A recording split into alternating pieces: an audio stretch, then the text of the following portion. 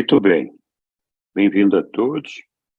Semana passada nós estávamos estudando lá o documento que fala dos mal-entendidos sobre Deus, né? Falando de Jó. E assim, começamos a analisar aquele documento, não sei, talvez fosse interessante dar uma repassada nele, porque ele tem coisas bem interessantes, que eu acho que tem um aprendizado importante para a gente ali. Mas antes disso, não sei se alguém tem alguma dúvida, algum comentário, fique à vontade. Muito bem, vamos lá então. Eu vou compartilhar o documento de Jó aqui, que é o documento 148.6, que é um documento, então, que fala do mal-entendido do sofrimento. Nós, inclusive, semana passada, estivemos falando aí qual seria a responsabilidade de Deus sobre o sofrimento humano e essa coisa toda. Inclusive, tem muita gente que não acredita em Deus ou que não segue nenhuma religião, porque justamente fala, olha, esse Deus seu é um Deus que permite que pessoas tenham defeitos físicos, tenham doenças, criança morra, enfim, toda sorte, né, de má-aventurança que as pessoas geralmente colocam a responsabilidade em Deus. E aí fala, como é que o seu Deus, se ele é tão bom, pode permitir isso, né? Então, nós já vimos alguma coisa no documento anterior, e a gente vai dar uma repassada rápida aqui, nesse documento aqui. Então, não sei se alguém quer nos ajudar a ler aqui. Começamos aqui do mal-entendido do sofrimento. Eu posso ler. Ótimo, Lilian. Vamos lá. O mal-entendido do sofrimento. O discurso de Jó, sobre Jó. Nessa mesma noite em Betsaida, João também perguntou a Jesus por que tantas pessoas aparentemente inocentes sofriam de tantas doenças e passavam por tantas aflições. Ao responder às perguntas de João, entre muitas outras coisas, o mestre disse: Meu filho, tu não compreendes o significado da adversidade, nem a missão do sofrimento. Tu não leste aquela obra-prima da literatura semita, a história das aflições de Jó nas Escrituras? Tu não te lembras que essa parábola maravilhosa começa com o recital da prosperidade material do servo do Senhor? Tu te lembras bem de que Jó era abençoado com filhos, saúde, dignidade, posição, riqueza e tudo o mais que os homens valorizam nesta vida temporal. De acordo com os ensinamentos, há tanto tempo respeitados, dos filhos de Abraão, a prosperidade material seria uma evidência suficiente por si mesma do favorecimento divino. No entanto, as posses materiais e a prosperidade temporal não indicam nenhum favorecimento de Deus. Meu Pai do céu ama os pobres tanto quanto os ricos. Ele não faz acepção de pessoas. Não tem preferências por ninguém. Vamos fazer uma pausazinha aqui para ir trabalhar no documento por partes, né? Então, é curioso, né? Porque a gente costuma atribuir a Deus a responsabilidade pelos problemas que nos afligem, pelas coisas que nos trazem sofrimento.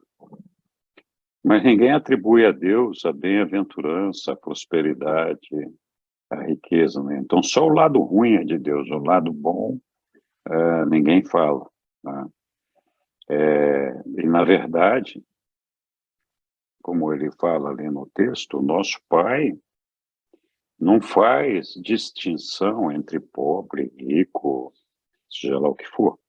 O nosso Pai espera que cada um se salve pelos propósitos de alcançá-lo no paraíso e também de sobreviver para a eternidade. Tá? Essa é a nossa missão aqui, por isso que nós surgimos e nascemos. Eu costumo dizer, a maior parte do tempo, que o grande problema do homem é o pouco conhecimento que ele tem sobre Deus.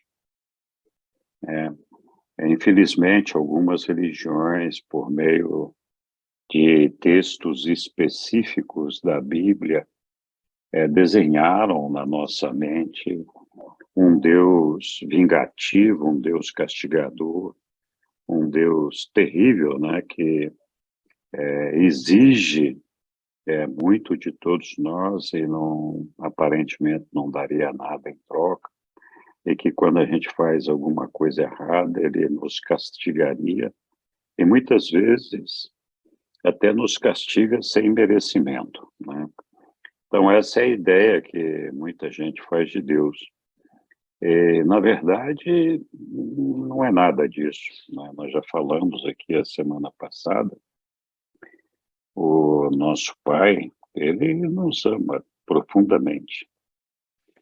E ele não tem tempo de ficar fazendo pegadinhas ou montando armadilhas para nos derrubar e fazer com que a gente tropece e que a gente venha a sofrer e tenha, enfim, todos os infortúnios que muitas vezes nos afligem durante a vida.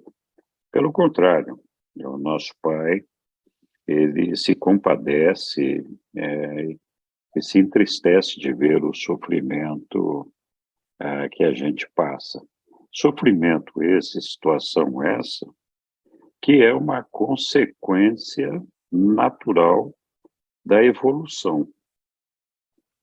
Nós algumas vezes já discutimos aqui que o propósito da nossa existência é justamente o de alcançar a perfeição através das nossas experiências, do nosso aprendizado. É claro que o Pai poderia nos fazer perfeitos, como ele fez, por exemplo, os seres de Avona perfeitos. Mas os seres de Avona contribuem com a adoração para o Pai e tudo isso, mas eles não entregam uma experiência de evolução. A gente sempre tem que lembrar que o nosso Pai, que é perfeito, ele sempre foi perfeito. Então não houve um momento que ele tivesse sido imperfeito para conquistar o conhecimento e a sabedoria que ele tem. E essa experiência é diferente daquela ciência que já é parte existencial do nosso Pai. Então, nós algumas vezes falamos que o nosso Pai, que Deus, o Absoluto, ele tem uma condição existencial, que é aquela que sempre fez parte dele, com todos os poderes, todo o conhecimento, toda a sabedoria que ele tem, no meio da eternidade e também da infinitude, mas ele não viveu nenhuma experiência para conquistar essa perfeição. E essa experiência é um processo diferente daquele processo existencial. Então, o Pai, ele se expande em sua sabedoria, se é que a gente pode falar assim, em seu conhecimento, por meio da experiência que ele nunca teve. Então, a gente sempre fala, Deus é perfeito, sim, é perfeito, Tem alguma coisa que Deus não é? Claro, Deus nunca foi imperfeito, e não tendo sido imperfeito, não poderia ter vivido essa experiência. Então, ele, com muito amor, criou todos esses mundos, entre eles o nosso, em que nós vivemos, e o universo dos universos, para que nós pudéssemos ter um palco com todos os atores que somos nós, para viver essa experiência e entregá-la para o nosso Pai. Então, se é um processo evolutivo, se a gente parte de uma imperfeição, é natural que esse processo implique em desenganos, que implique em situações em que nós não conseguimos acertar as nossas decisões ou ajustar o ambiente que nós estamos para o nosso equilíbrio, para que nós não tenhamos sofrimento. Então, o fato da gente incorrer em erros, que é uma consequência natural dessa evolução, pode sim trazer sofrimento. Além disso, o nosso planeta, assim como todos os outros, nasceram, tiveram um período de crescimento, estabilização, formação, até que estivessem completo. Então, é o caso do nosso planeta. Nosso planeta, que nasceu há bastante tempo já, como todo mundo sabe, mais de 1 bilhão de anos, não está completamente equilibrado ainda. Então, ainda é um processo em desenvolvimento, em que muita coisa ainda vai acontecer até que o planeta encontre o seu equilíbrio e não tenha mais tsunamis, não tenha outros problemas como esses que nós costumamos vivenciar. Então, esse processo evolutivo não é um processo só do indivíduo, mas é da comunidade onde ele está inserido, da humanidade e também de todo o sistema físico, né? Que ainda está evoluindo. Lembrem-se que quando houve a rebelião de Lúcifer, o nosso planeta, que número que era, Lilian? 616, não me lembro agora. 606. 606. E era um planeta jovem ainda havia muitos planetas a serem desenvolvidos que nem haviam surgido ainda. Então, e o nosso planeta é um dos mais jovens do universo. Te lembra lá o número do nosso planeta, lá na Ilha do Paraíso, passa dos 5 trilhões, né? Então, nós viemos já depois de mais de 5 trilhões de planetas habitados existentes nos 7 superuniversos. E outros tantos estão a caminho, que a ideia é que se complete aí cerca de 7 trilhões. Então, essa evolução, esse desenvolvimento que acontece, de certa forma, naturalmente, é um processo, repito, evolutivo. Isso significa o seguinte: o nosso Pai não interfere nesse processo. Ele tem, evidentemente, um controle global sobre tudo o que está acontecendo, para evitar, por exemplo, que o universo dos universos colapse e deixe de existir. Então, esse controle existe, assim como o nosso Pai tem a preocupação de diariamente prover a energia necessária para que o nosso planeta continue existindo. Oi, meu amor, aqui minha netinha chegando. Mas, então, essa energia está lá todos os dias, faça o que aconteça, o que o nosso Pai vai estar sempre lá, provendo tudo que a gente precisa para que a gente continue existindo e desenvolvendo. Mas ele não interfere para escolher. Ah, essa situação aqui que pode afetar alguns dos meus filhos humanos, eu vou impedir que aconteça. Então, um tsunami, por exemplo, é um processo natural da formação do planeta. E aí a gente fala assim, não, mas então um monte de gente sofre a troco do quê, né? Essa é a nossa mentalidade, porque nós enxergamos a nossa vida como terminando aqui na Terra. E a gente fala, bom, morreu, caput, não tem mais nada, né? E para o nosso Pai não é assim. A morte é só um estágio de passagem e nós continuamos na eternidade em direção a Ele.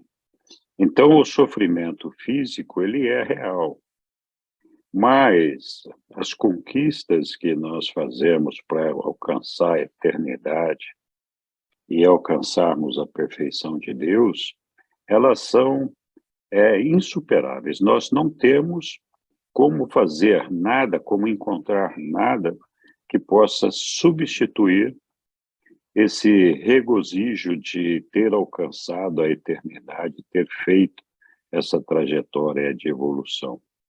E o que o nosso pai disse é assim, olha, sim, a vida é difícil nesse mundo onde vocês estão, tem muitas provações pelas quais vocês vão passar, e eu não quero abreviar isso daí, porque ao fazer isso, eu estaria retirando a experiência que nós estamos nos propondo fazer.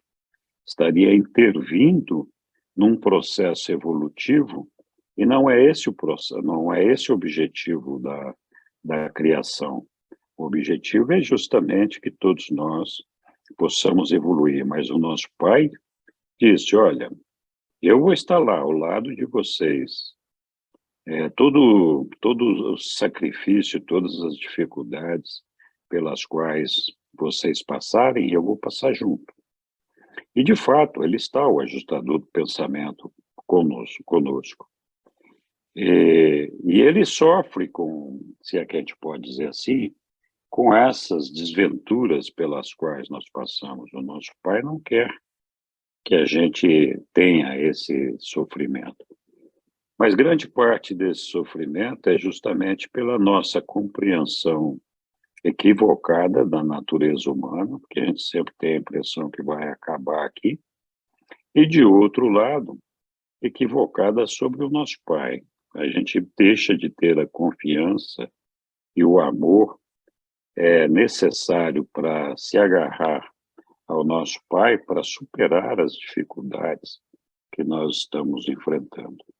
A gente via Jesus, quando esteve entre nós, ele muitas vezes se compadeceu tanto das misérias e dos problemas que ele via, que mesmo sem que ele quisesse, só pelo compadecimento dele, muitos milagres foram operados, muitas coisas foram resolvidas. Mas esse não era o propósito da vida de Jesus, ele mesmo repetiu isso várias vezes, né? O propósito dele era justamente de incutir no ser humano a ideia do Pai, de fazer com que nós conhecêssemos o nosso Pai, conhecêssemos o seu amor e pudéssemos, assim fazendo, superar com maior facilidade os desafios e os problemas que nós enfrentamos no dia a dia. Então, essa aqui é a ideia. Então, por isso que eu costumo dizer que muitas vezes as pessoas têm dificuldade de entender o nosso Pai, e essa é a causa dos maiores males da sociedade, né? Então, quando a gente conhece o nosso Pai, sabe que ele é um ser de amor, dificilmente nós nos desapontamos com o que a vida nos apresenta e sempre confiamos naquilo que o nosso Pai nos propõe. Bom, falei demais aqui, não sei se alguém quer fazer algum comentário sobre isso, se não continuamos aqui rapidamente na leitura, que até minha neta me ajudando aqui, vamos lá. Vou dizer que amei. Já ganhei a noite. É mesmo, que bom.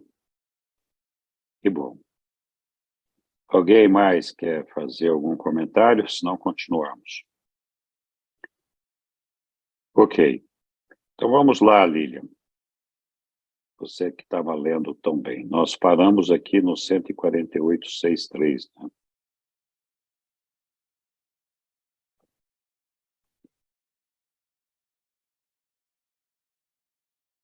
Alô, Lilian. Está fechado, Lívia, seu microfone. Tá, agora. Embora a transgressão da lei divina seja, mais cedo ou mais tarde, seguida da colheita da punição, conquanto os homens certamente colham o que semeiam, tu ainda devias saber que o sofrimento humano nem sempre é uma punição por um pecado anterior. Tanto Então, Jó... para um pouquinho aí, Lilian. Tá Então, quantas vezes nós vimos aí aquela responsabilização que as religiões nos impõem pelos erros dos nossos antepassados, né? Então, quem nasceu com o pecado original, toda essa culpa que a gente carrega sobre os erros dos antepassados, isso faz sentido? É claro que não. Aos olhos do nosso Pai, isso não tem sentido nenhum. Nós somos responsáveis por aquilo que nós produzimos. Não somos responsáveis pelo que acontece com os outros, nem antepassados, nem aqui e agora, nem os nossos descendentes, a não ser que a gente seja laço, seja descuidado e não faça a nossa parte, não tenhamos a nossa responsabilidade. Mas, enfim, desculpe, Lilian, quer continuar? Sim. Tanto Jó quanto seus amigos não conseguiram encontrar a verdadeira resposta para o motivo das próprias perplexidades. E com a luz de que agora tu desfrutas, dificilmente poderias atribuir, seja a Satã, seja a Deus, os papéis que eles têm nessa parábola singular. Embora Jó não tenha encontrado, por meio do sofrimento, a solução dos seus problemas intelectuais, nem a resolução para suas dificuldades filosóficas, ele conseguiu grandes vitórias. E mesmo diante do desmoronamento de suas defesas teológicas, ele ascendeu até aquelas alturas espirituais de onde ele podia dizer sinceramente: eu abomino a mim próprio. Então foi concedida a ele a salvação de ter uma visão de Deus. E assim, por meio de um sofrimento incompreendido, Jó ascendeu a um plano supra-humano de compreensão moral e de discernimento espiritual interno. Viu, gente? Olha, então, foi concedida a ele a salvação de uma visão de Deus, porque ele mesmo estava muito desapontado com ele.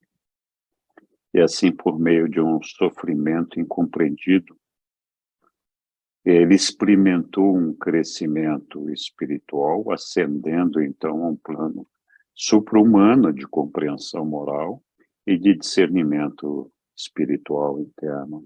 Então foi justamente no meio desse sofrimento que Jó teve a oportunidade de encontrar a Deus e descobrir que Deus não é o ser castigador que todo mundo imaginava, como nós vamos ver mais aqui para frente, né?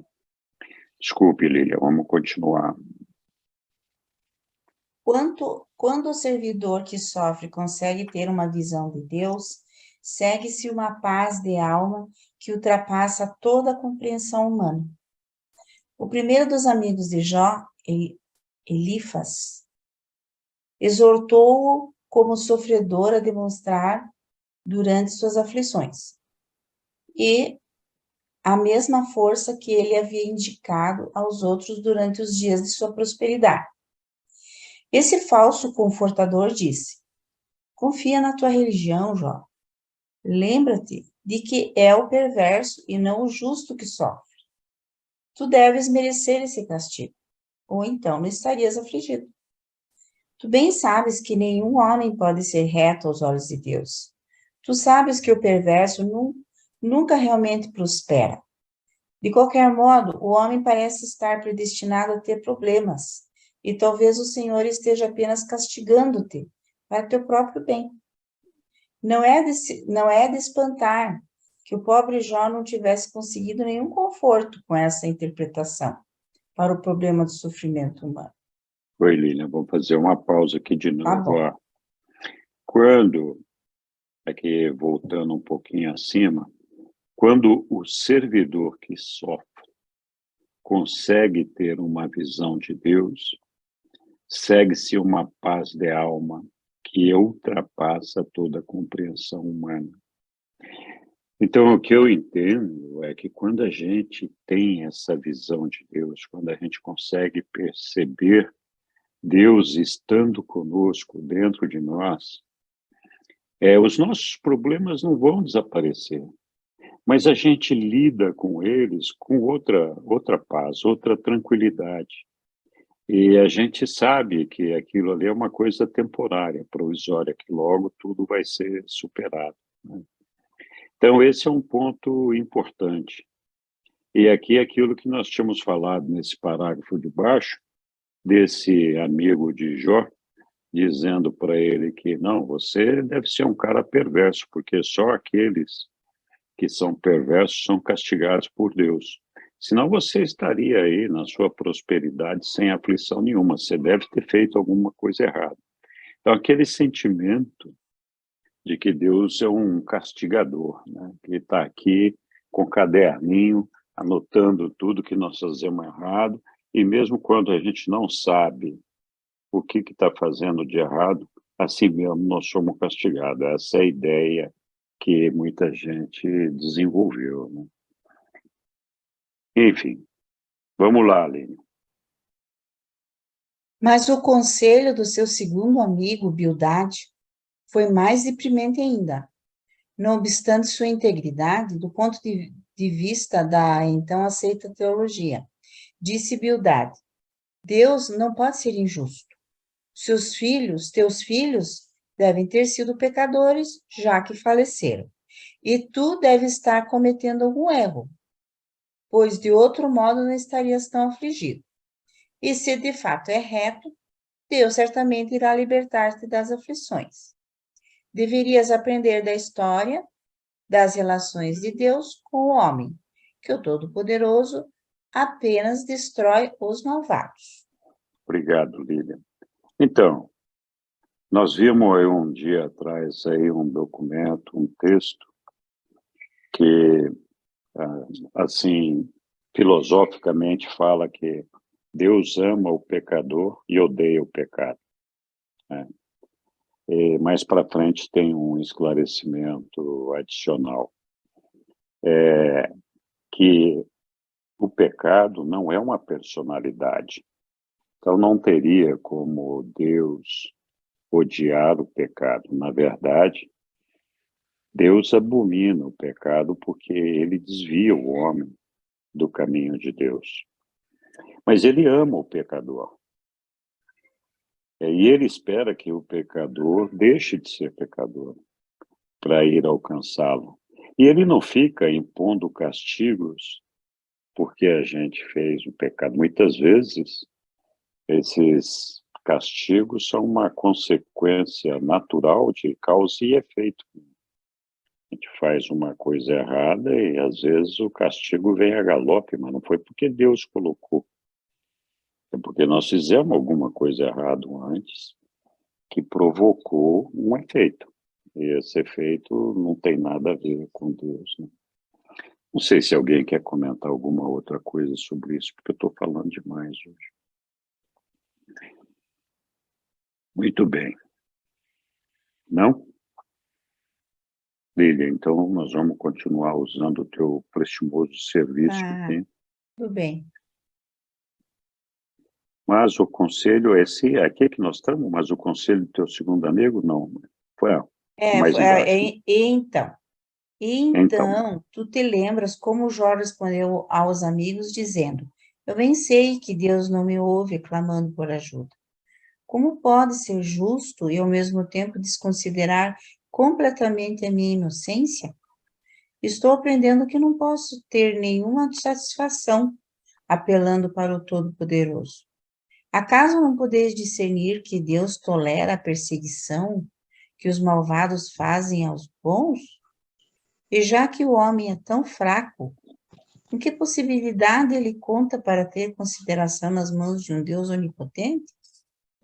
Deus me fez como eu sou, e, quando ele volta-se assim contra mim, fico indefeso.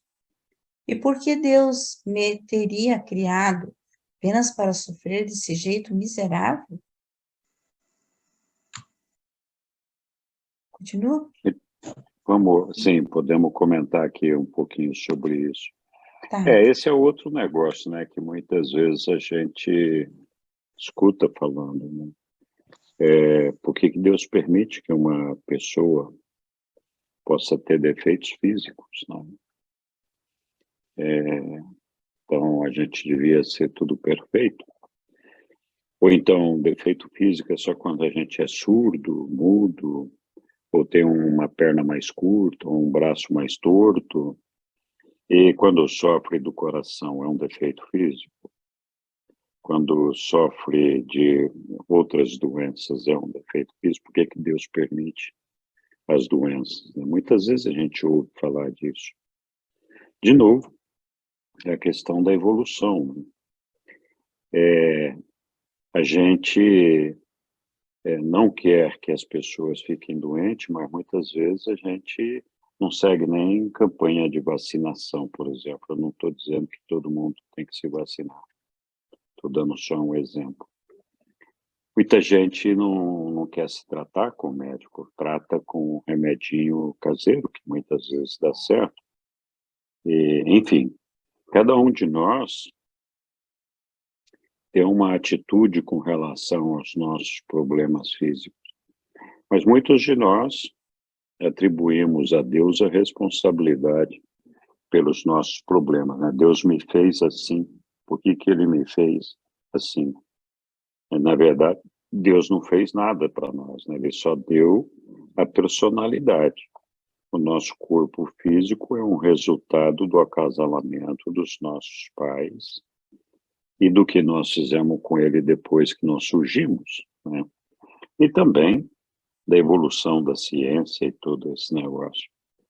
Mas muita gente fala assim, não, por que que o sujeito nasceu torto? Por que que ele é manco? Deus castigou esse sujeito no nascimento, deve ter feito algum problema, ter tido algum problema na vida passada, né? A gente fala bastante isso, né? Não, nasceu assim para aprender, porque Deus o castigou. Deus não faz nada disso. Deus gostaria que todos nós fôssemos perfeitos. Ele não nos fez perfeitos justamente porque ele quer que nós consigamos alcançar a perfeição. Então, a gente sempre tem essa dificuldade e ouve bastante esses lamentos sobre o nosso Pai, como se ele se divertisse com essa situação pela qual nós estamos passando. Mas, enfim, continuamos, Lília, ou mais alguém quer falar alguma coisa? Vamos lá. Aqui, né? O Isso. 7, né? Isso. E quem pode objetar-se à atitude de Jó em face do conselho dos seus amigos e das ideias errôneas sobre Deus, as quais ocuparam a sua mente? Não vês que Jó aspirava por um Deus humano, que tinha fome de comungar com um ser divino, que conhece o estado mortal do homem e entende que o justo deve sempre sofrer na inocência, como uma parte dessa primeira vida da longa ascensão ao paraíso? E a razão que fez o Filho do Homem vir do Pai para viver esta vida na carne é para que ele se torne capaz de confortar e de socorrer a todos aqueles que devem, doravante, ser chamados para suportar as aflições de Jó. Continuo? Continua, vamos lá. Então, o terceiro amigo de Jó, Zofar, pronunciou palavras menos confortantes ainda, quando disse: é tolice tua pretender que estás na retidão, estando assim tão aflito. Mas eu admito que é impossível compreender os caminhos de Deus. Talvez haja algum propósito oculto em todas essas misérias. E depois de haver escutado todos os três amigos, Jó apelou diretamente a Deus, pedindo ajuda, advogando que o homem nascido de mulher é pobre de dias e rico de complicações. Vamos seguir. E então começou a segunda sessão com os amigos. Elifas tornou-se mais austero, acusador e sarcástico. Bildade ficou indignado com o desprezo de Jó por seus amigos, e Zofar reiterou seu conselho melancólico.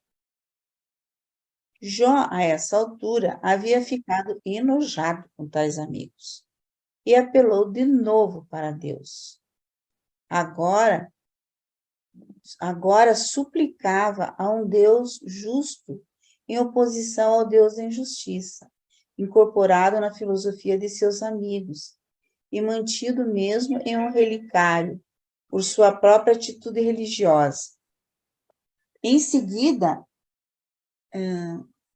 Jó buscou refúgio na consolação de uma vida futura, na qual... deixa eu diminuir aqui.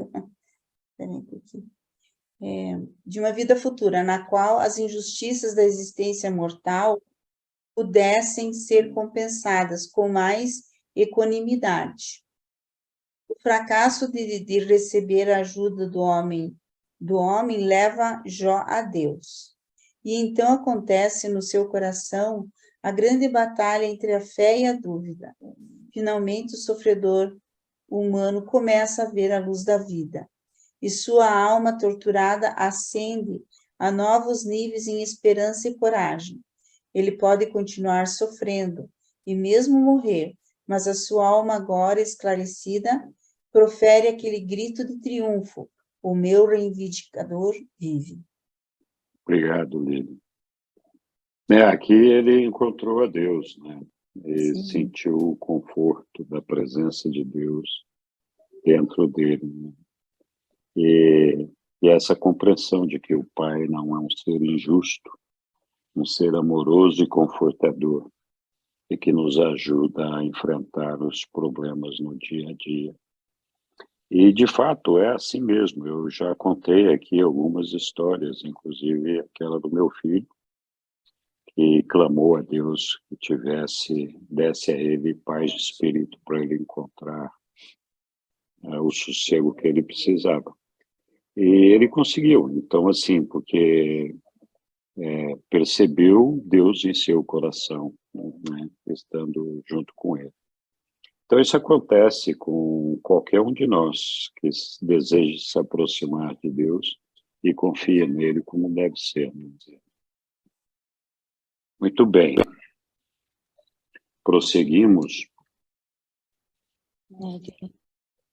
É só uma observação aí, que o sofrimento é uma batalha entre a fé, né, e a dúvida. E acho que isso mostra bem essa batalha interna, né? Muitas vezes quando a gente está, cadê Deus, onde, né, está no sofrimento, até que a gente é sucumbido pela fé ou então pela dúvida, e aí fica no sofrimento, né? Então, me chamou bastante atenção esse termo, né? Só uma observação apenas. É isso mesmo, Agli, muito obrigado. E Muito também, assim, bem. como a gente tem que Sim. ter uma conversa com Deus, né? Diretamente, sabe? Esse conversar com o Pai Universal, que agora nós sabemos que é o ajustador em nós, né? Uhum. E mesmo com o Pai diretamente, ou com Jesus, que está mais perto, muitas vezes com nossas dores e problemas, né? Nós temos Jesus, e porque todos nós temos problemas, e um pouco mais difíceis por causa da rebelião. A gente não pode dizer que não, né? Em mundos normais, os sofrimentos não são tantos, mas as doenças existem. Acho que as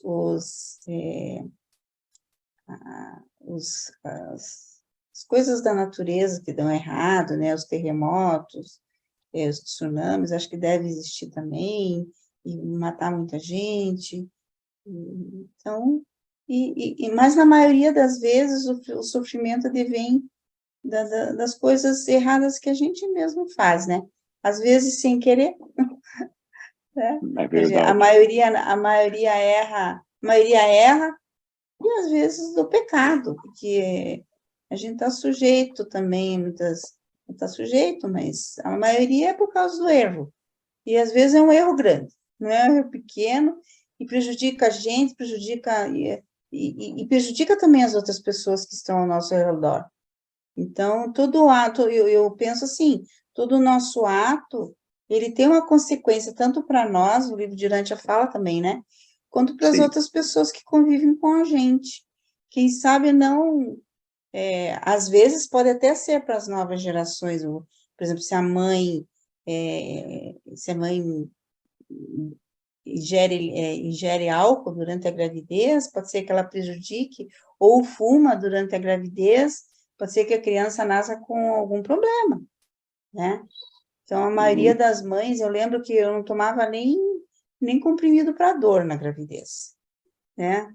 Chá, sim, tinha que tomar, tinha que ver, Então, todo cuidado a gente tem durante a gravidez, mas tem algumas pessoas, ou por ignorância, ou por algum tipo de vício, não tem, e às vezes nem sabe que vai prejudicar a criança, né?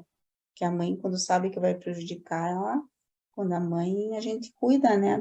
É difícil, não, mas acontece de pessoas serem descuidadas, e daí crianças nascem já com bronquite até, nossa, né? Sim. Então, são as consequências quer dizer, eu vejo assim, os desafios nesse mundo são assim, maiores, mas Deus também nos dá toda a capacidade de a gente superar esses desafios, né? Como diz o ditado, Deus dá o frio conforme o cobertor, como é que é? Exatamente, né? Quer Você dizer, ele falou dá assim, você falou dessas dificuldades que às vezes as pessoas cometem erros. E é curioso porque as pessoas muitas vezes não assumem a responsabilidade pelos seus erros. Fala, não, isso foi uma tentação induzida pelo diabo, sei lá por quem, para que eu fizesse essas coisas erradas. Então, assim, a gente tenta transferir a responsabilidade.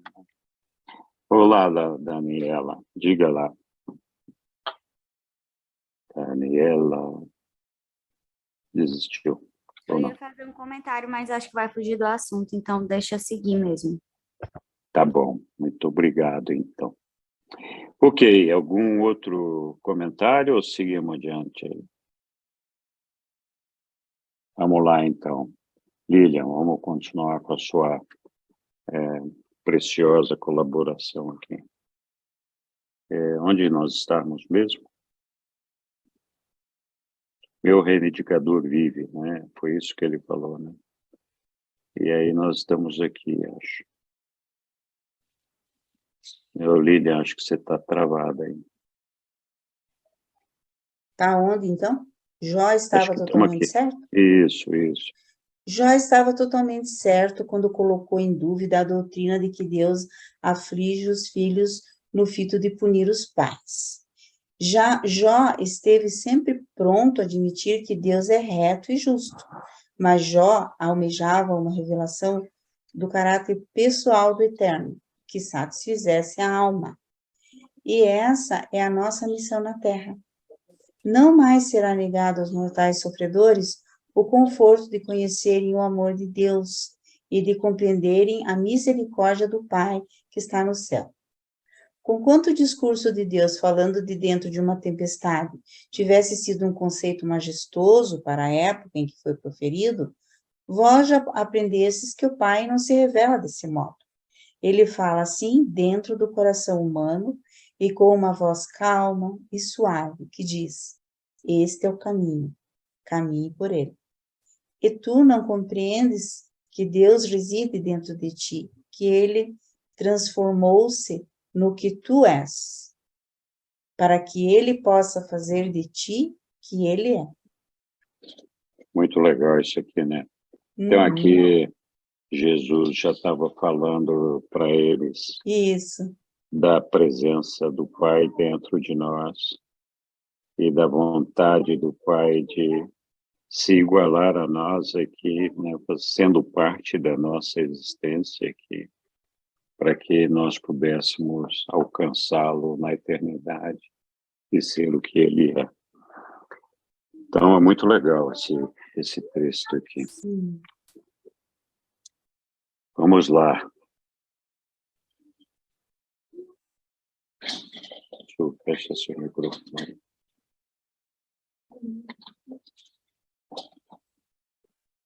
Então Jesus fez a sua afirmação final. O Pai no céu não aflige os filhos dos homens por seu próprio desejo. O homem sofre, em primeiro lugar, por causa dos acidentes do tempo e das imperfeições do mal numa existência física imatura. Em seguida, ele sofre as consequências inexoráveis do pecado, a transgressão das leis da vida e da luz. E, finalmente, o homem faz a colheita da sua própria e iníqua persistência na rebelião contra o governo justo do céu sobre a terra. Mas as misérias do homem não são uma visitação pessoal de julgamento divino. O homem pode fazer e irá fazer muito para minimizar os seus sofrimentos temporais.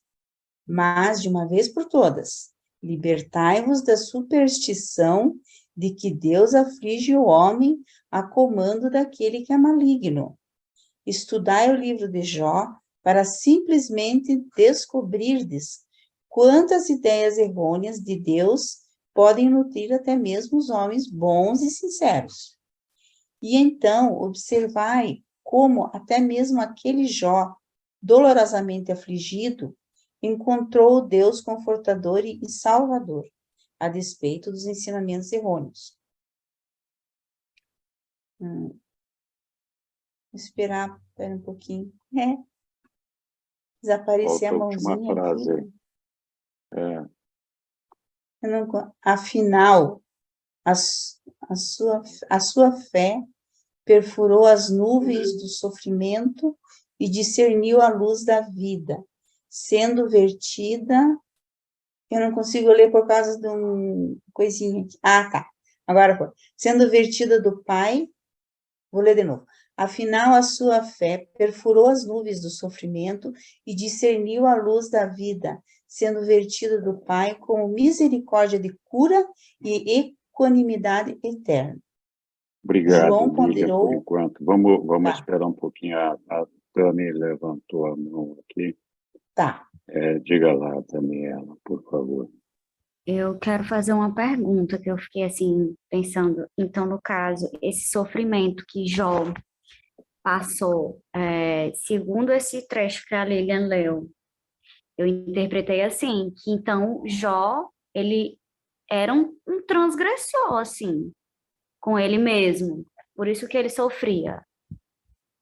Só que, assim, ele estava atribuindo, as pessoas aí na leitura tal, atribuíam o sofrimento a Deus.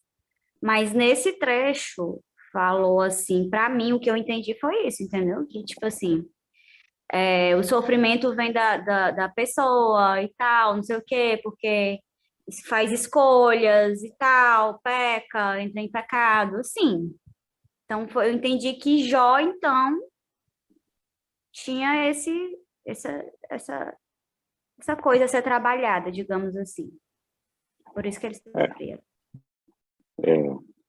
Então, Daniela, na verdade, o texto fala assim que o nosso sofrimento é uma consequência dos nossos erros. Não quer dizer que a gente seja malvado, nem que seja uma pessoa ruim, mas às vezes nós cometemos erros nas nossas atitudes por ignorância mesmo, por desconhecimento.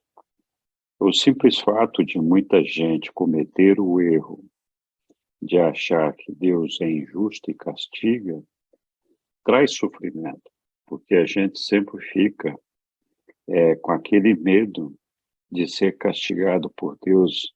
Vocês já viram aquele negócio de quando a gente faz alguma coisa errada, a gente fala assim, oh, meu Deus, me ajuda, né? Para não ter nenhum problema com esse negócio aqui. Eu prometo que nunca mais eu vou fazer esse negócio aqui. Nunca mais eu vou.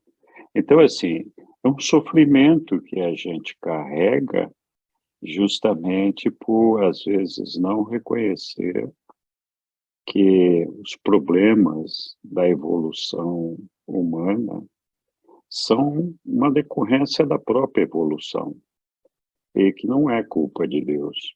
E muitas vezes não é culpa da gente mesmo, mas a falta de fé, a falta de confiança no nosso Pai também provoca esse sofrimento, justamente porque a gente fica com medo, a gente fica temeroso, ou a gente acha que não vai chegar no céu, ou qualquer coisa assim.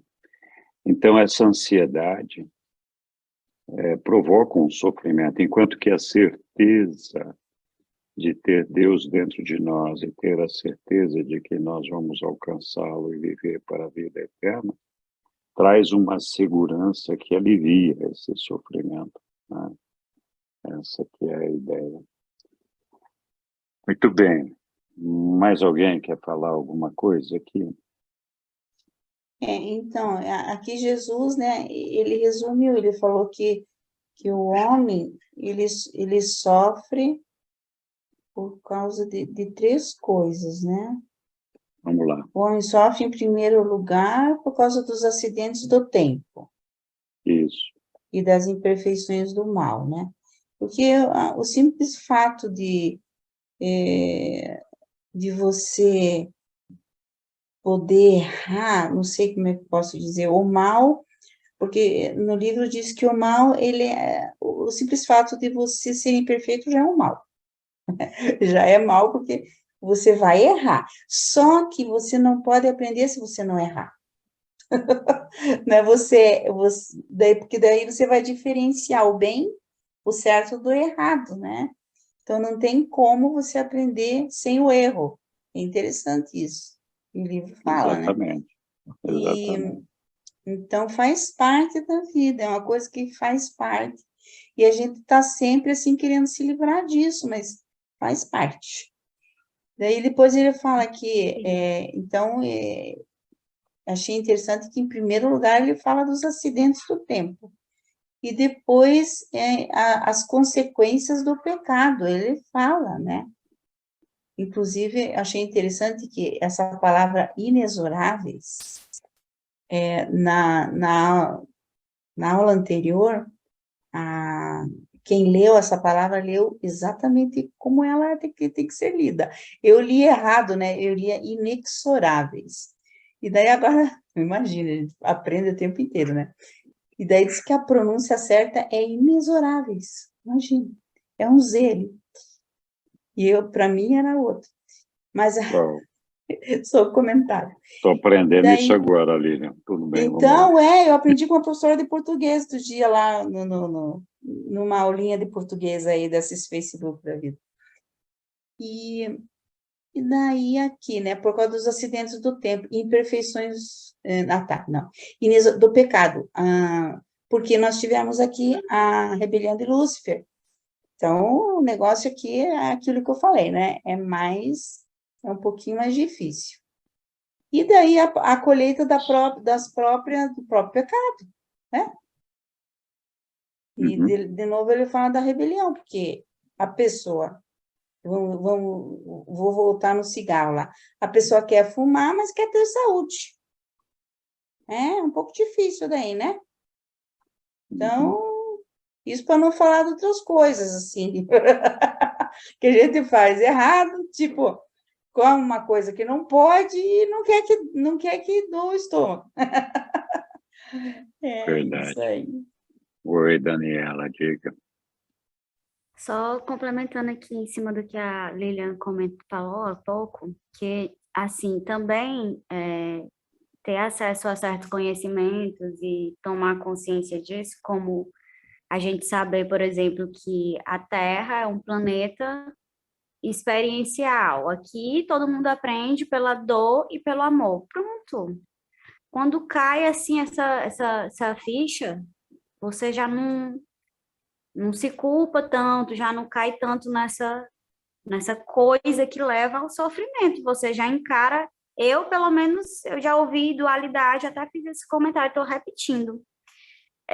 Já ouvi, olha, o mundo é feito de dualidades, de opostos, não sei o que mais, mas eu nunca tinha, assim, colocado em prática no meu dia, de ter uma situação ruim, eu estou tendo um dia péssimo, eu não vou negar que meu dia está péssimo, eu ficava negando, não, mas está tudo ótimo, tudo, sabe assim, aquela coisa? Não encarava, não, pô, hoje estou aprendendo hoje pelo que não está dando certo, e o que é que eu posso aprender com isso aqui? Aí já não fico mais, mas por que está acontecendo isso? Não, já estou pegando assim com outra visão, ó, aqui eu vou aprender pela dor e pelo amor. Vai ter dias, vai ter coisa que não vai ser boa mesmo, e é isso mesmo, e aqui dentro eu tenho que mudar esse conceito, como que eu vou reagir?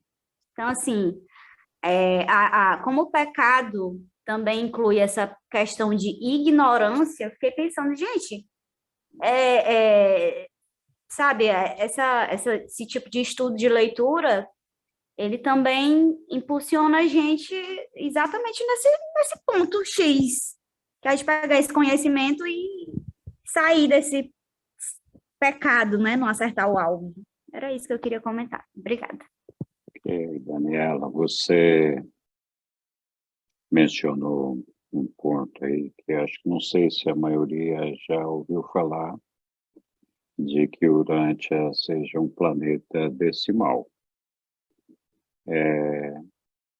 O que acontece com os planetas decimais é que os portadores de vida têm a liberdade de fazer pequenas mudanças num padrão de implantação da vida no sistema, no planeta, que, assim, a cada 10 planetas, então, aquele planeta vai ter um processo um pouquinho diferente do padrão normal, que é justamente para permitir que a gente tenha experiências diferentes no universo todo, e diferentes daquele padrão que está sendo estabelecido em alguns planetas. Isso não implica que a gente vá sofrer mais ou menos, não tem nada a ver. Todos os planetas são evolucionários e todos eles passam pela mesmo tipo de dificuldade. Alguns mais, outros menos, mas é uma consequência natural da evolução do ser humano naquele planeta. Então, o fato de ser um planeta decimal não implica necessariamente que esse planeta tenha desafios maiores ou menores, ou mais difíceis ou mais complicados do que outros planetas. Todos nós temos que passar por esse processo evolutivo. Mas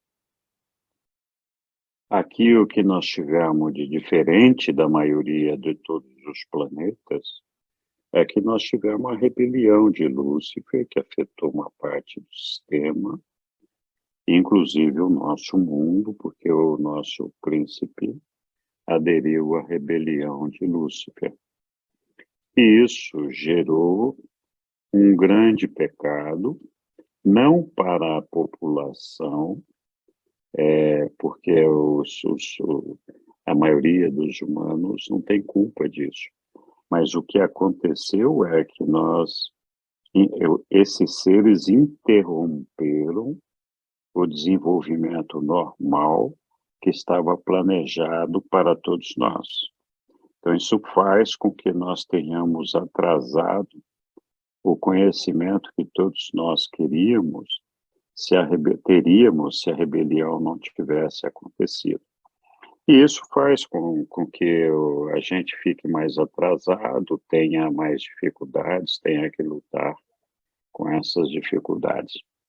Mas, sim, a rebelião, no nosso caso, é um problema diferenciado de todos os outros planetas que não passaram por isso, né? Enfim, faltou um pedacinho só para a gente terminar esse texto. Não sei se mais alguém quer fazer algum comentário, mas falta só um parágrafozinho pequenininho. Vamos lá. João ponderou sobre essas palavras no seu coração durante muitos dias. Toda a sua vida, depois disso, foi modificada de um modo marcante por causa dessa conversa com o mestre no jardim. E, posteriormente, ele fez muito para levar os apóstolos a mudarem os seus pontos de vista a respeito da fonte, da natureza e do propósito das aflições humanas comuns. Mas João nunca falou dessa conversa até que o mestre tivesse partido. Muito obrigado, Nada. Lívia. Então, até os apóstolos, mesmo depois, tinham essa dificuldade de entendimento sobre o castigo de Deus, a imposição das penalidades divinas, né? Muitas religiões ainda têm o inferno, onde nós vamos queimar eternamente. Nunca mais vamos sair do inferno, é um inferno que queima eternamente. Eu não consigo entender como é que é isso, mas então sim, aí Deus seria realmente um castigador implacável, né? Diga lá, Sandra, por favor.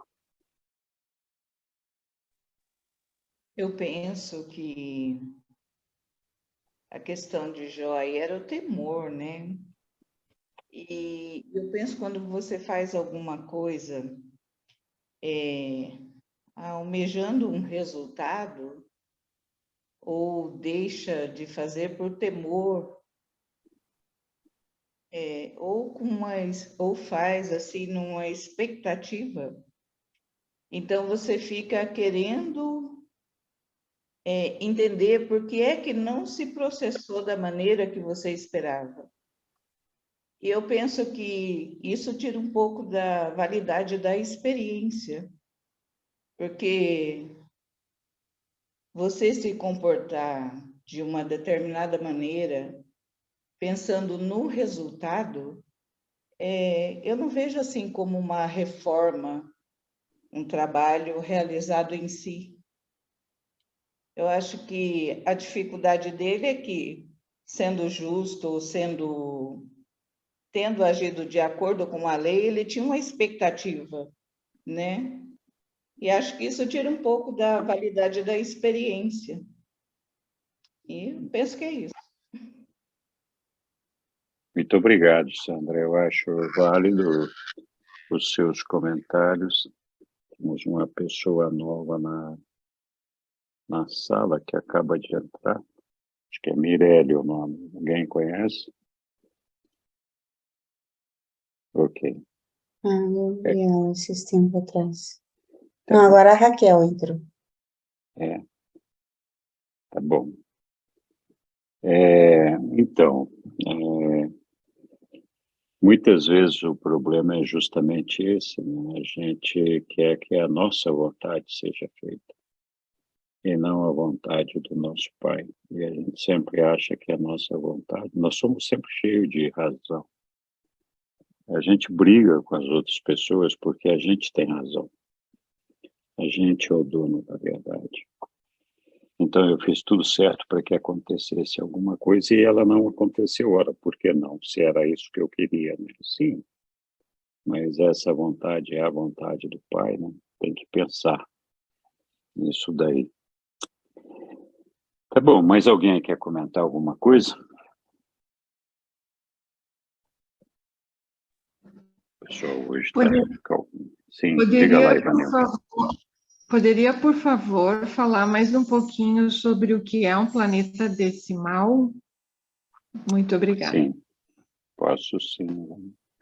Olha, tem um documento no livro, que agora eu não me lembro o número dele, que trata desses planetas. Então, talvez a Lilian ou alguém tenha o número do documento e possa postar aí no chat, para que depois as pessoas que tenham interesse possam consultá-la.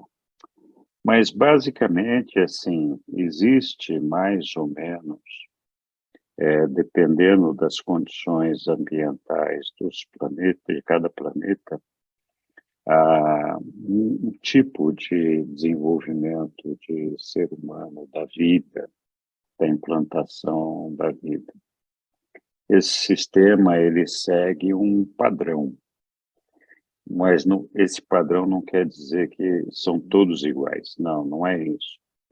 Eles se adaptam àquelas condições daqueles planetas mais ou menos de uma forma parecida. Então, por exemplo, nós temos alguns planetas onde a condição atmosférica não facilita, não dá para sobreviver um ser humano respirador, que precisa de oxigênio. Assim como os peixes, por exemplo, vivem no ambiente aquático e o ser humano afogaria lá na água, mas esses planetas que têm essa falta dessa atmosfera, desse ar, eles desenvolvem seres também chamados não respiradores. Existem outros que têm uma facilidade para desenvolver seres com mais facilidade de viver, outros com menos. Então, essas condições diferentes ambientais criam uma situação onde, no fim das contas, todos os planetas têm uma condição diferente entre si. Não existe nenhum planeta que seja exatamente igual. Mas dentro dessa diferença existem alguns padrões que são seguidos pelos portadores da vida. Alguns desses padrões são quebrados por esses portadores da vida, eles têm essa permissão quando se pretende implantar a vida no que eles chamam de planetas decimais, ou seja, 10% dos mundos habitados passam por esse processo. E esses que passaram por esse processo não seguem um padrão entre si, eles não são iguais entre si. Cada um tem uma mudança diferente. Mas isso não significa nada, só significa que os portadores da vida implantam a vida de uma maneira, fugindo algumas ideias mais ou menos pré-estabelecidas, que fazem com que a experiência naquele planeta tenha características diferenciadas dos demais. Não importa, não implica necessariamente que esses planetas têm uma situação de vida mais difícil ou pior, é diferente, é só isso. Então, não é uma coisa feita para dificultar o desenvolvimento da humanidade naquele planeta. É uma experiência nova que está sendo feita ali, às vezes, na origem do ser. Nós tínhamos algumas possibilidades aqui, quando a gente estuda o desenvolvimento do planeta de Urântia. Então, assim, alguns planetas, por exemplo, as raças de cores surgem logo no início. da formação do planeta. No nosso caso, as raças de cores surgiram bem a posteriori da criação do ser humano. Isso modifica a condição de miscigenação, de movimentação geográfica do desenvolvimento dos seres humanos dentro do próprio planeta. Estou citando um exemplo aqui de como para nós foi diferente alguma coisa. Tem outras. Mas é isso, então, os planetas decimais, os portadores de vida têm permissão para fugir um pouquinho do padrão que normalmente eles seguem num planeta normal qualquer. É isso. Dá para estudar mais lá no documento depois. Isso. Eles fizeram também uma técnica para coagular mais rápido o sangue, né? E aqui deu Isso. bastante certo que eles vão poder implementar em outros planetas também essa técnica.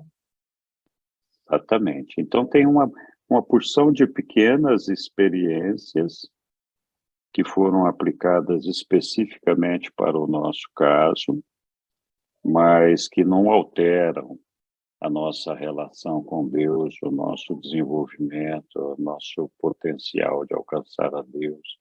Não implica numa piora da nossa condição. Então, tranquilo. Muito bem. Outras dúvidas ou comentários?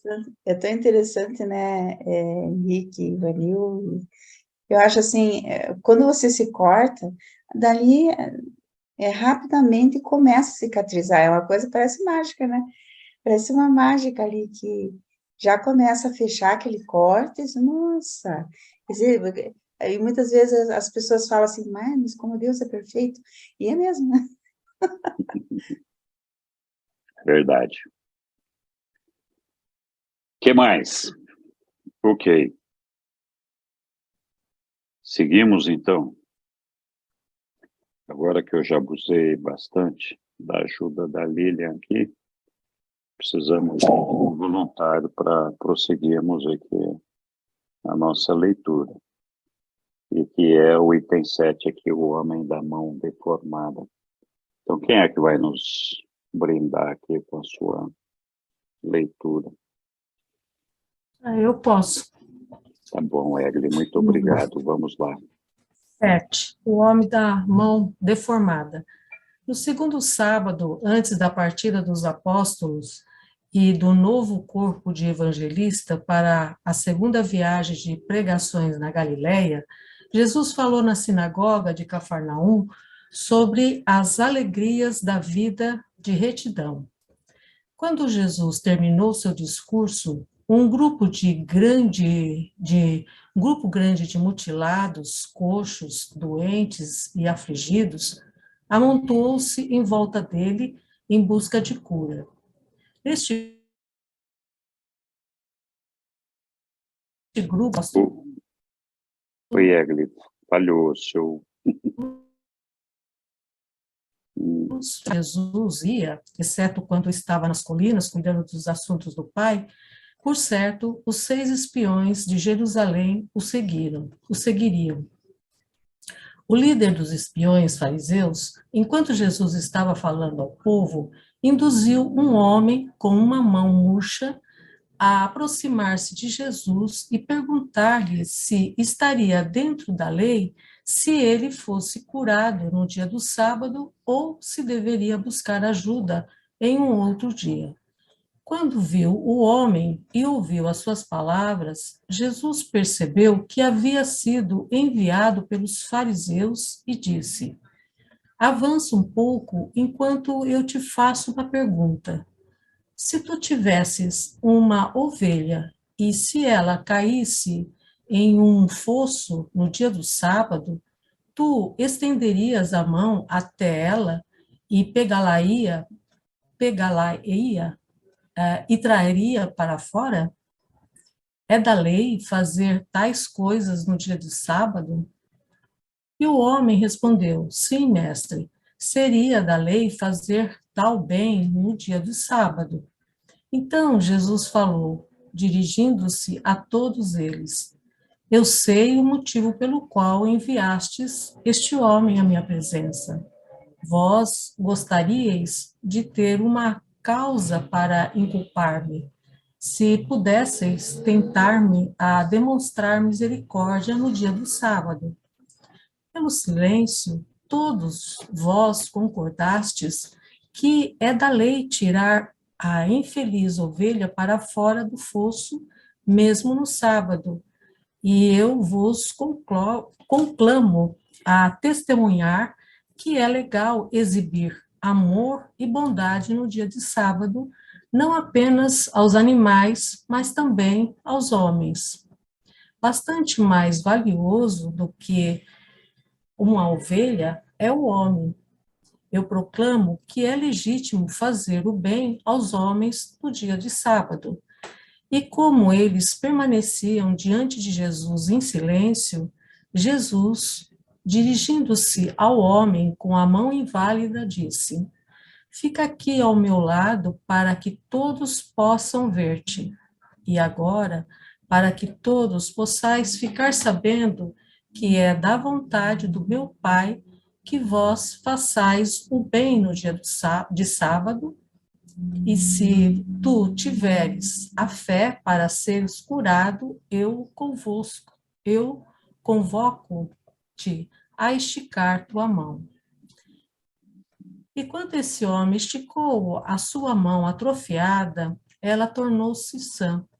O povo havia decidido voltar-se contra os fariseus, mas Jesus ordenou-lhes que ficassem calmos, dizendo: eu vos disse apenas que é lícito fazer o bem no dia do sábado, salvar a vida, mas eu não vos instruí a fazer o mal, nem dar vazão ao desejo de mudar.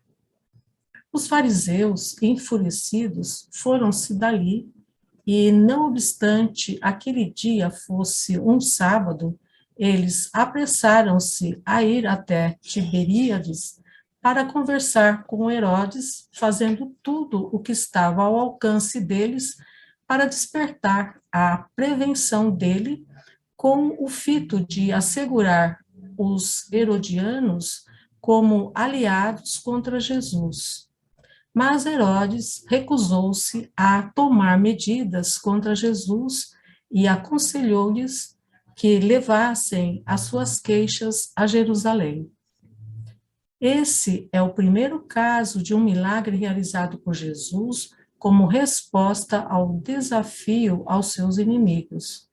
E o mestre realizou esse chamado milagre não como uma demonstração do seu poder de curar, mas como um protesto efetivo contra transformar o descanso religioso do sábado em uma verdadeira escravidão a restrições sem sentido para toda a humanidade. Esse homem retornou para o seu trabalho de pedreiro, dando provas de ser um daqueles cuja cura foi seguida de uma vida de agradecimento e de retidão. Muito obrigado, Egli. Muito bem, pessoal, animem-se aí.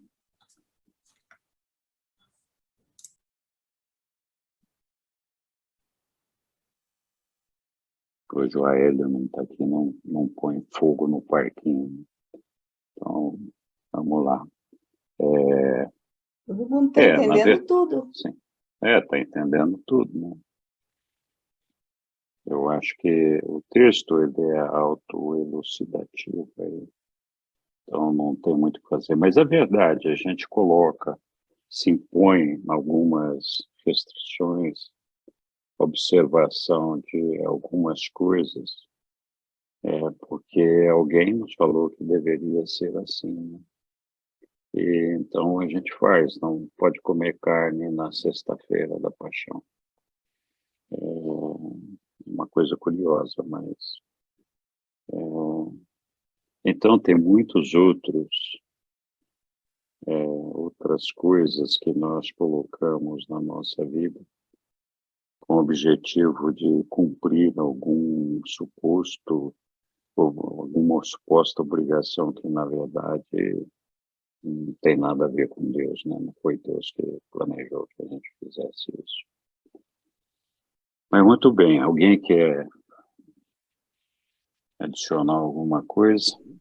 Eu gostaria só apenas observar, né, a sabedoria como Jesus lida com essa situação, né, confrontativa dos espiões ali, querendo colocá-lo em ciladas, e ele, com uma sabedoria incrível, ele ensina e faz dessa situação tão ardilosa de uma forma muito sábia, né? Então, é admirável, eu fico assim muito encantada com a sabedoria dele, só apenas essa observação.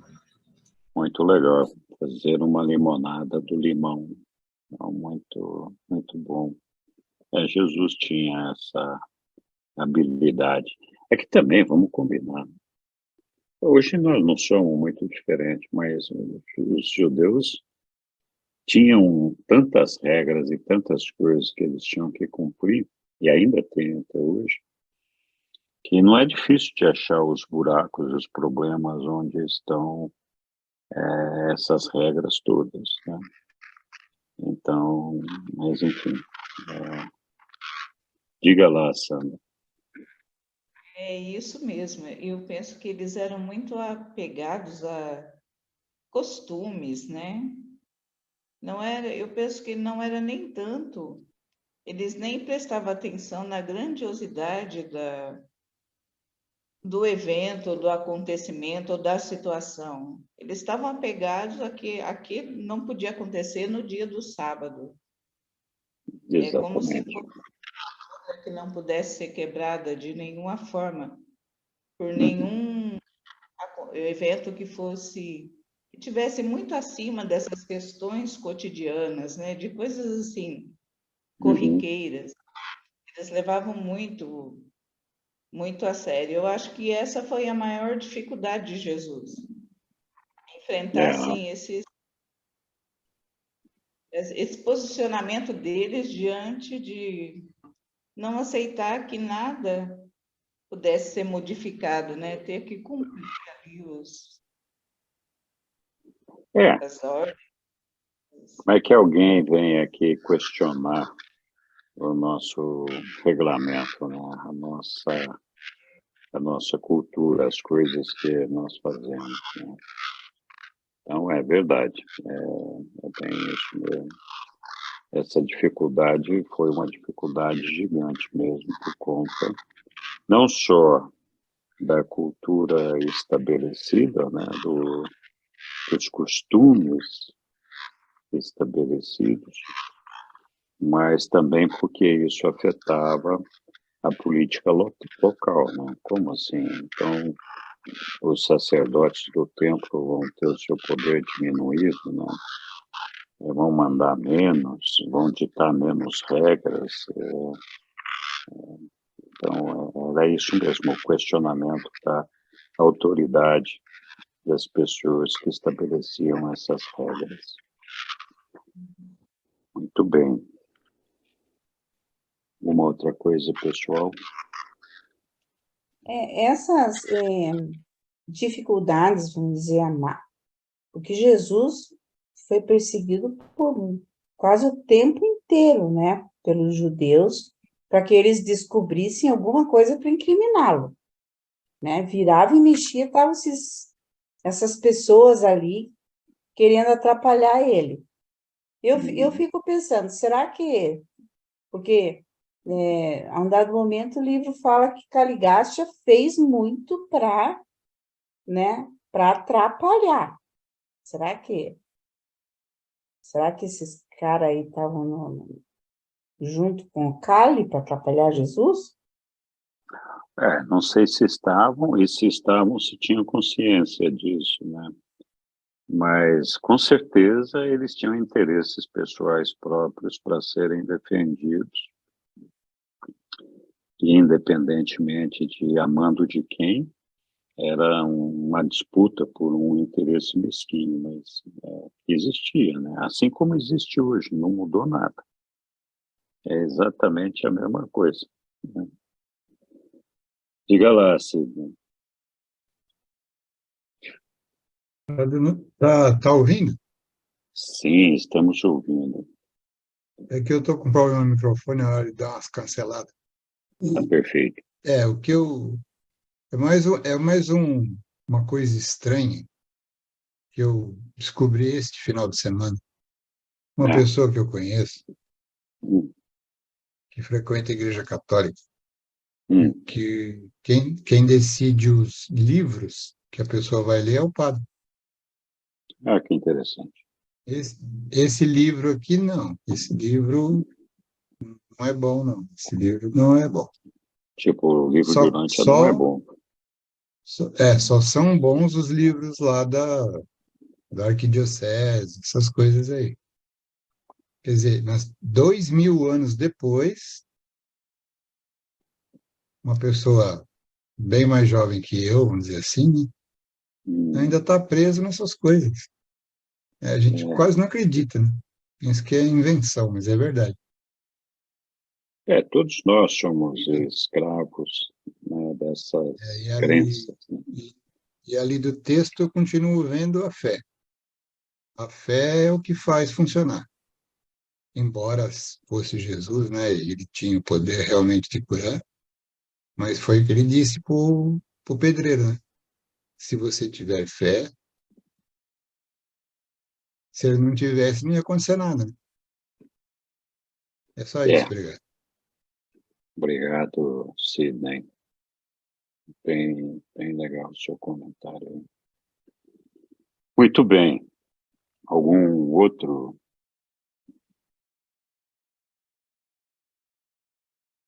Beleza. Seguimos adiante. Precisamos de uma voz de homem para diferenciar um pouquinho aqui a última semana de Betsaida. Quem vai nos ajudar aqui? Vamos lá? Vamos lá, Milton. Sabia que eu podia contar com ele.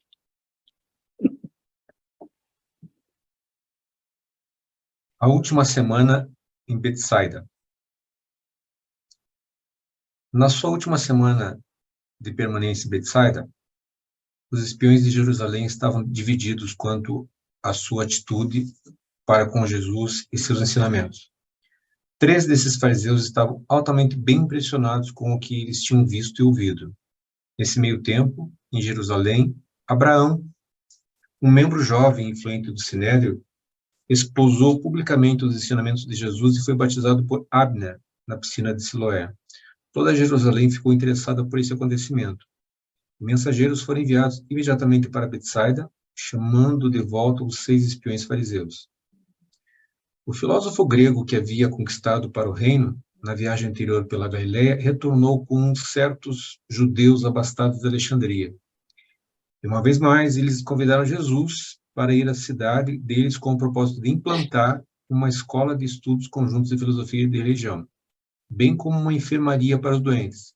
Mas Jesus declinou o convite de um modo cortês. Por volta dessa época, chegou ao acampamento de Betsaida um profeta, em estado de transe, vindo de Bagdá, um certo Quirmé.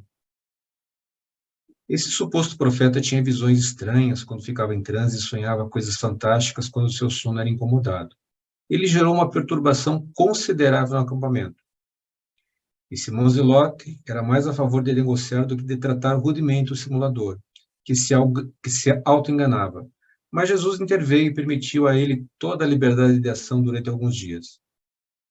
Todos aqueles que ouviram a sua pregação logo reconheceram que o seu ensinamento não era sadio, se visto segundo o evangelho do reino. Em breve ele retornou para Bagdá, levando consigo apenas meia dúzia de almas instáveis e erráticas. Mas antes de Jesus ter intercedido pelo profeta de Bagdá, Davi Zebedeu, com assistência de um comitê autoconvocado, havia levado Quirmé até o lago e depois de mergulhá-lo repetidamente na água, havia aconselhado a ele partir logo dali para organizar e construir o seu próprio acampamento. Nesse mesmo dia, Beth Marion, uma mulher fenícia, tornou-se tão fanática que ficou fora de si, depois de quase se afogar tentando andar sobre as águas. Foi mandada embora pelos seus amigos. O novo convertido de Jerusalém, Abraão, o fariseu, deu todos os seus terrenos para os fundos apostólicos, e essa contribuição colaborou muito para possibilitar o envio imediato dos 100 evangelistas recém-treinados. André havia já anunciado o final do acampamento e todos já estavam preparados para retornar a casa ou seguir os evangelistas até a Galiléia. Muito obrigado. Muito obrigado, Milton. Vamos lá, pessoal.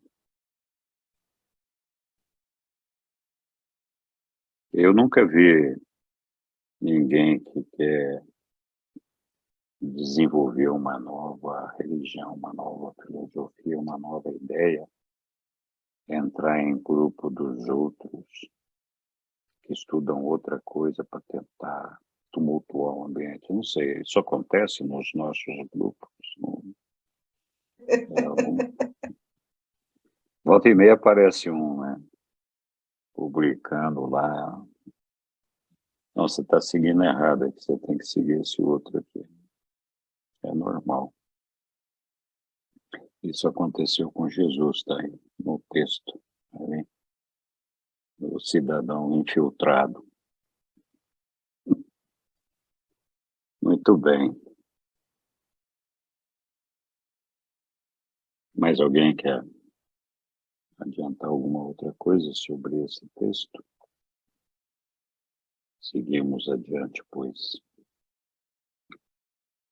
Aqui Jesus curando os paralíticos. Quem vai nos ajudar com essa leitura aqui, por favor?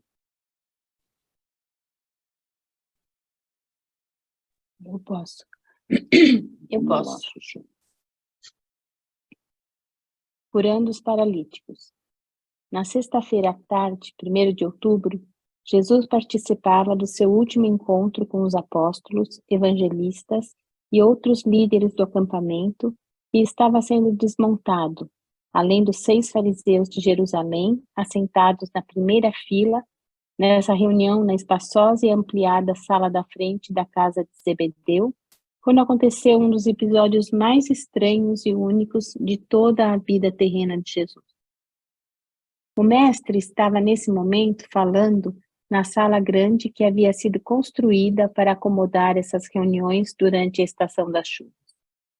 A casa estava inteiramente cercada de uma grande multidão que forçava os seus próprios ouvidos para captar alguma parte das palavras de Jesus.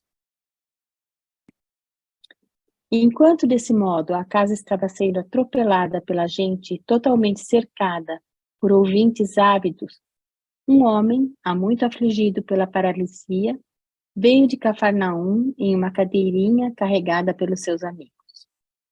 Esse paralítico soubera que Jesus estava para sair de Betsaída e, como conversara com Aarão, o pedreiro, que havia pouco tempo tinha sido curado, pediu que o carregassem até a presença de Jesus para buscar a cura. Os seus amigos tentaram entrar na casa de Zebedeu, não só pela porta da frente, mas também pela porta dos fundos. Mas havia muita gente acotovelando-se ali. No entanto, o paralítico recusou-se a aceitar esse malufro. Pediu então aos seus amigos que buscassem escadas e que subissem por elas ao telhado da sala onde Jesus estava falando.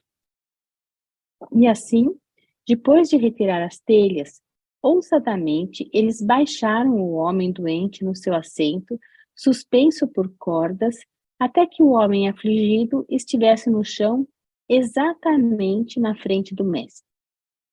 Quando Jesus viu o que eles haviam feito, parou de falar, enquanto aqueles que estavam ali na sala ficavam maravilhados com a perseverança do doente e dos seus amigos. E o paralítico disse: Mestre, não gostaria de interromper o seu ensinamento, mas estou determinado a ser curado. Não sou como aqueles que receberam a cura e esqueceram-se imediatamente dos seus ensinamentos. Gostaria de ser curado para que eu possa servir ao reino do céu. Ora, não obstante a aflição desse homem ter sido causada pela sua vida desregrada, Jesus, vendo a sua fé, disse ao paralítico: Filho, não temas. Os teus pecados estão perdoados. A tua fé salvar-te-á.